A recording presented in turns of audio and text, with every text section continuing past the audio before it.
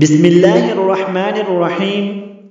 آج ہماری ویڈیو کا موضوع ہے کہ کلمہ طیبہ میں کتنے فرائض ہیں۔ تو کلمہ طیبہ میں 5 فرائض ہیں۔ ان میں سے پہلا فرض کلمہ طیبہ کو زندگی میں ایک بار پڑھنا، یہ پہلا فرض ہے۔ دوسرا فرض کلمے کو تلفظ کے ساتھ ادا کرنا، یعنی عربی زبان کا جو قواعد اور ضوابط ہے اس کے ساتھ ادا کرنا ہے، اس کے ساتھ پڑھنا۔ تیسرا فرض کلمے کے معنی کا جاننا۔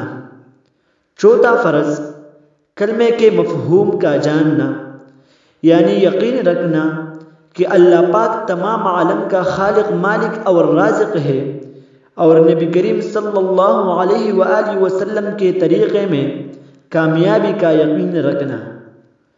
پانچواں فرض کلمے کو دوسروں تک پہنچانا، یعنی کلمے کے تبلیغ کرنا فرض ہے۔